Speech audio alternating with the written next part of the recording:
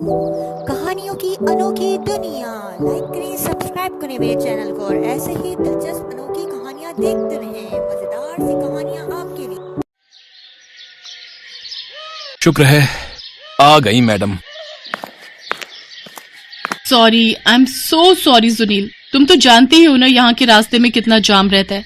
पता है, मैं पूरे 1 घंटे पहले निकली थी हॉस्टल से। पहले ऑटो इतनी देर से मिला, उसके बाद रास्ते में इतना जाम कि पूछो मत।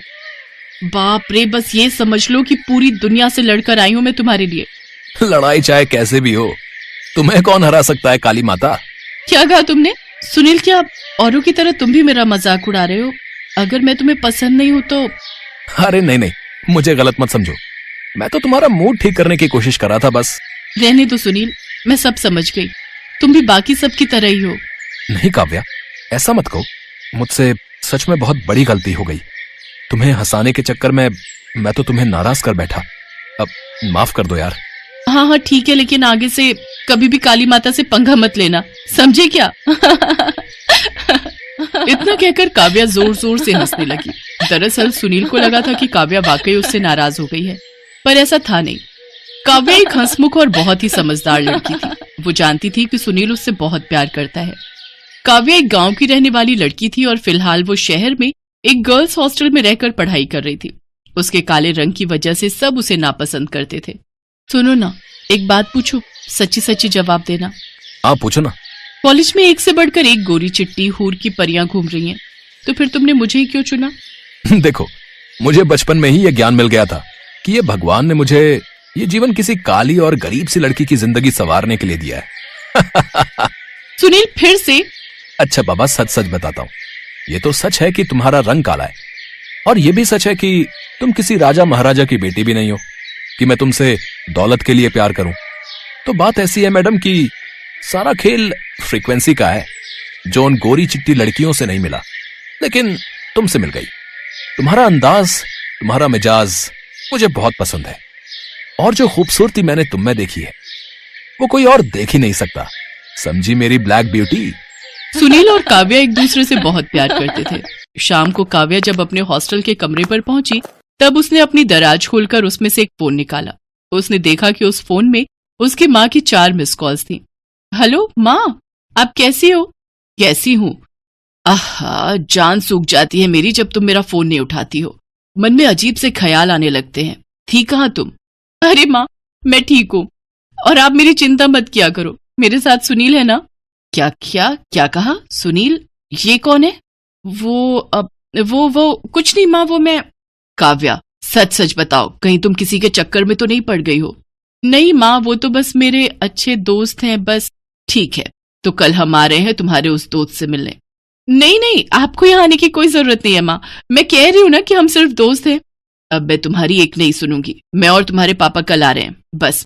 ठीक है, पर माँ, पर एक रिक्वेस्ट है। हाँ बताओ। माँ, लाव लश्कर के साथ मत आना प्लीज। इतना कहकर काव्या ने फोन काट दिया। गायत्री को काव्या की बात समझ में नहीं आई, और तभी पीछे से काव्या के पिता ने कहा, क्या हो गया ठकुराइन, इतनी परेशान क्यों हो?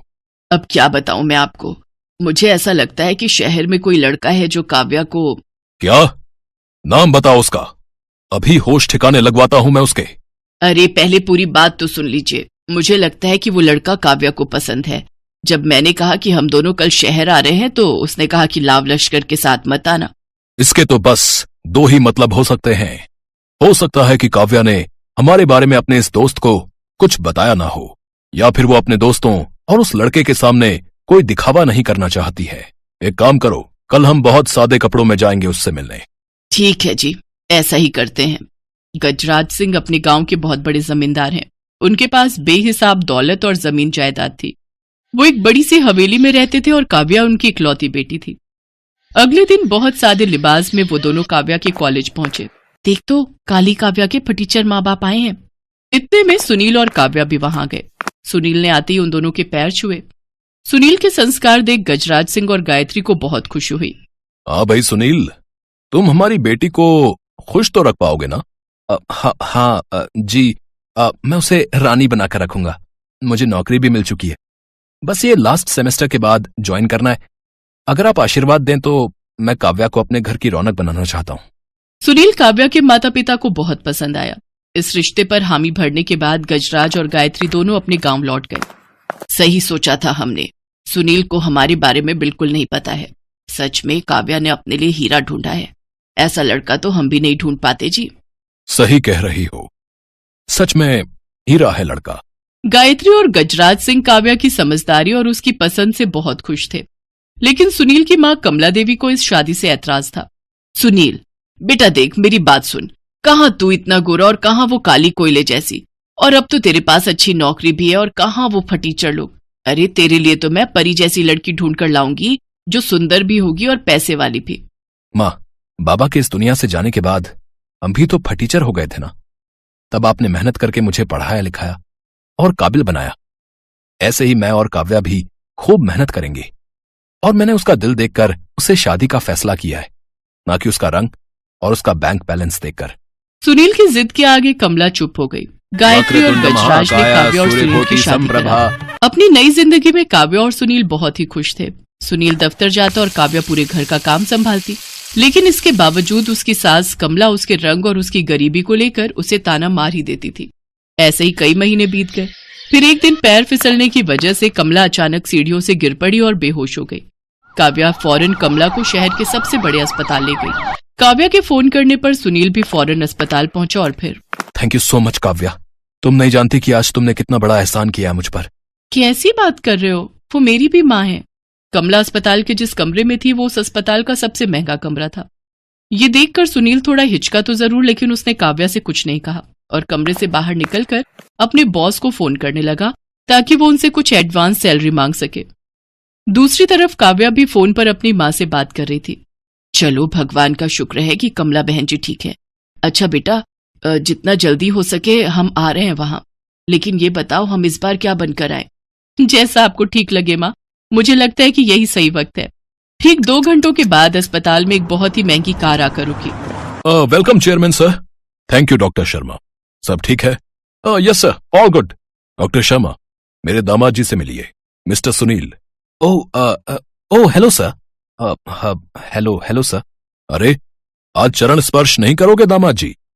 और फिक्र मत कीजिए, ये अस्पताल भी हमारा ही है और यहाँ के लोग भी।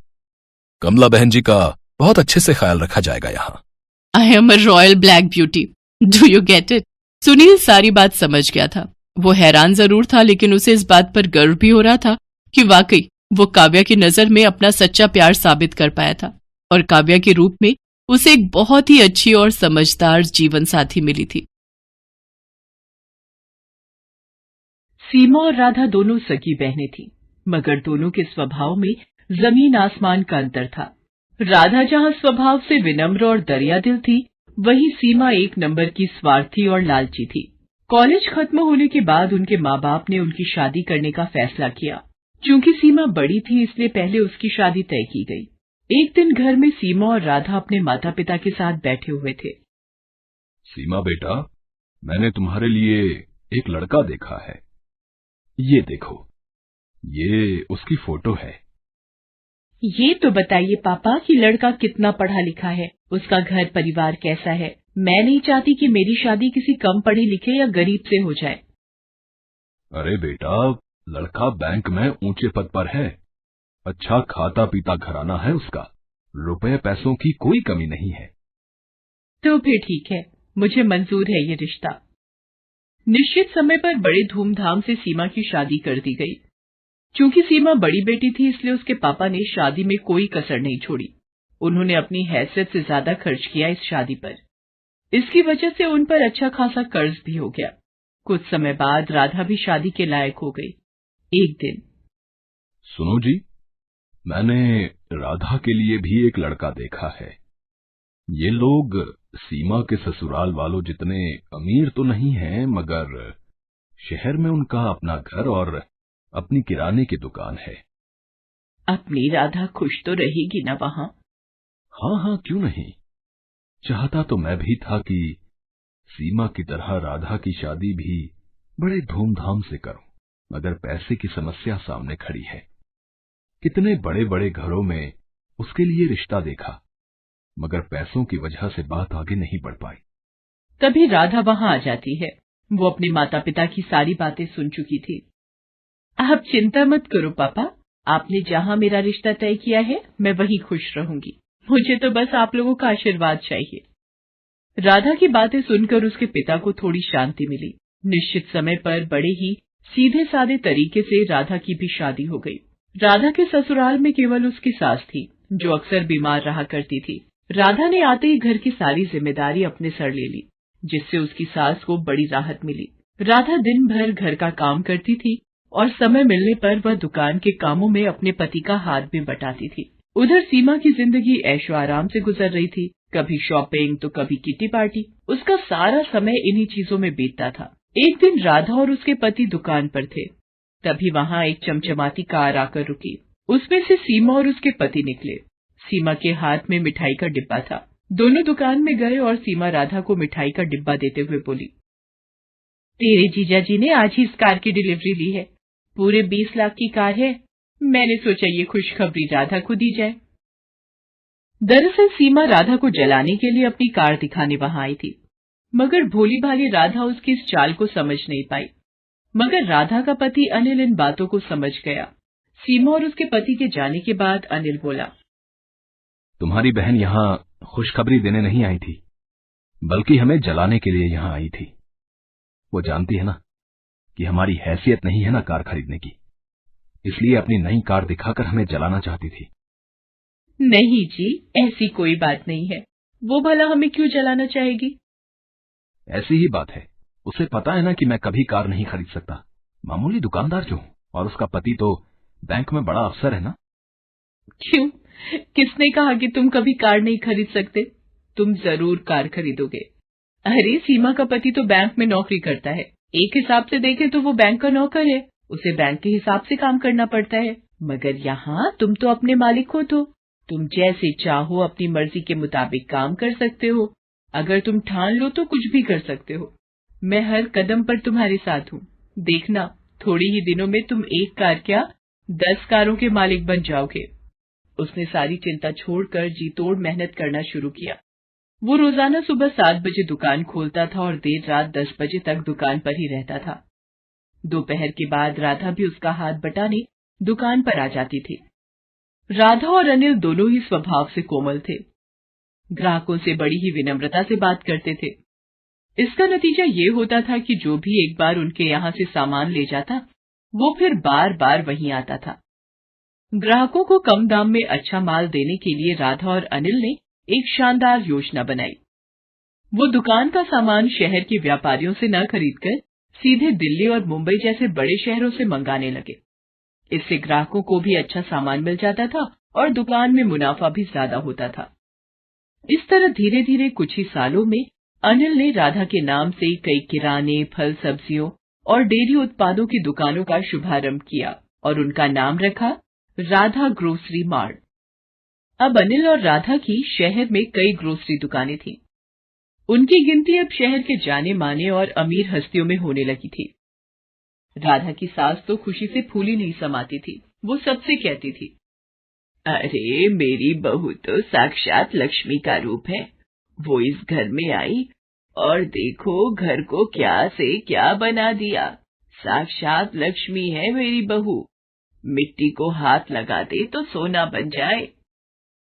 एक दिन अनिल नई कार लेकर घर आया। अरे फिर नई कार ले आए?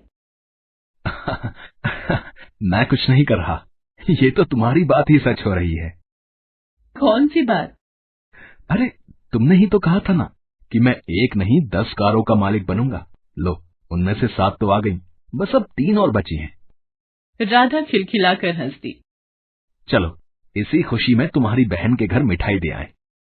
दोनों मिठाई लेकर सीमा के घर चले। कार से उतरकर दोनों उसके घर के अंदर पहुंचे।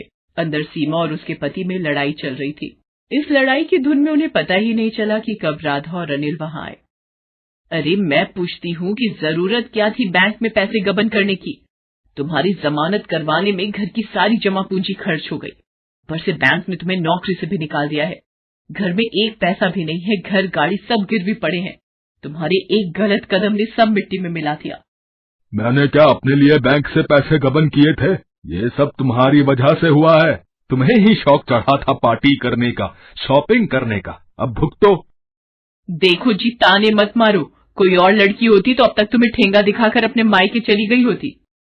तो तुम भी चली जाओ ना, किसने रोका है तुम्हें? जानते हो ना कि मेरे मायके की हालत खराब है, इसीलिए शेर बन रहे हो। अभी वो लोग झगड़ ही रहे थे कि उनकी नजर अनिल और राधा पर पड़ती है। सीमा रोते हुए राधा से लिपट जाती है। अरे आप लोग यहाँ, मैं आपको कुछ कहने की जरूरत नहीं है, हम लोग सब जान चुके हैं। मैंने सुना है इस महीने आप एक नई ग्रोसरी स्टोर खोलने वाले हो। अगर वहां का मैनेजर आप मुझे बना दें तो बड़ी कृपा होगी। हमारे घर की हालत तो आप देख ही रहे हैं, आपसे कुछ छुपा हुआ नहीं है। अनिल और राधा ने एक बार एक दूसरे की ओर देखा और फिर सीमा के पति को हाँ बोल दिया। अब सीमा का सारा घमंड चूर चूर हो गया था। एक समय में जिसे वो अपनी दौलत की झूठी शान दिखाकर जलाना चाहती थी, आज वो उसी के रहमो करम पर थी। उसे एहसास हो गया था कि दौलत पर कभी घमंड नहीं करना चाहिए।